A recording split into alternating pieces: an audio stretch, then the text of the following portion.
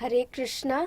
Today we are reading from Sri Vrajamandala Parikrama, Varsana, pastime places in the area of Varsana, Shankarikor.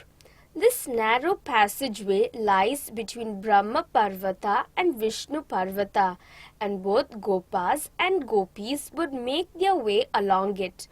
After milking the cows, the Gopas would carry the milk on kamvars, which is a bamboo stick with ropes attached to each end for carrying loads. They used this pathway to cross from one side of the hills to the other. Frolicsome Krishna would plunder the milk, yogurt and butter of the jovial gopis here. Every year in the month of Bhadra, on Shukla Trayodasi, the 13th day of the bright moon, Buddhi Leela is enacted here as inaugurated by Sri Narayana Bhatta. Today, this pastime is also enacted here annually on the occasion of Radhashtami, the appearance day of Srimati Radhika. At this Dhana Ghati, Sri Krishna and his Gopa friends would become tax collectors and demand milk, yogurt and butter as toll tax from the gopis.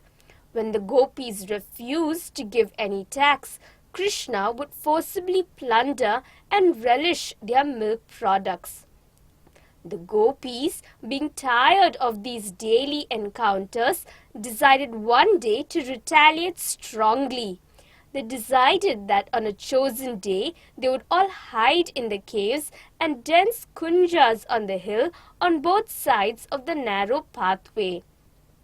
A few gopis would then cross Shankarikor carrying pots of milk, yogurt and butter on their heads.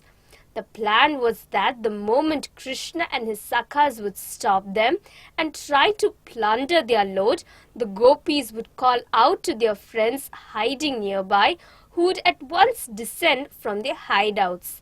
Then, under the leadership of Lalita, they would teach Krishna and his sakhas a good lesson. And so it happened that the next day, thousands and thousands of gopis divided into groups and hid themselves in the dense kunjas and large caves around Shankarikor. Then, as usual, a few gopis placed pots of milk and yogurt on their heads and made their way towards Shankarikor.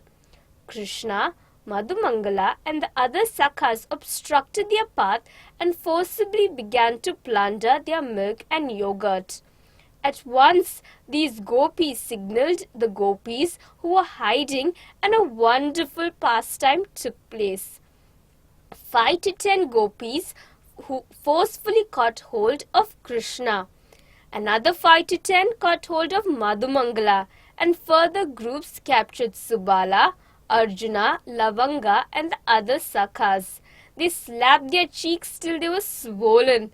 Then they tied the tuft of hair on the back of their heads, shikhas, to the branches of the trees and asked them, "What pleasure is there in plundering our yogurt? Will you ever do it again?" Madhumangala folded his hands and prayed at the feet of Lalita, "Please spare me. I was very hungry. I am a simple Brahmana boy who fell under the influence of that fickle Krishna. I shall never behave like this again." The gopis thus taught the sakhas a lesson. Srimati Radhika, Vishakha and some other gopis had captured Krishna. They slapped his cheeks a few times and then forcibly dressed him like a woman with a blouse and skirt.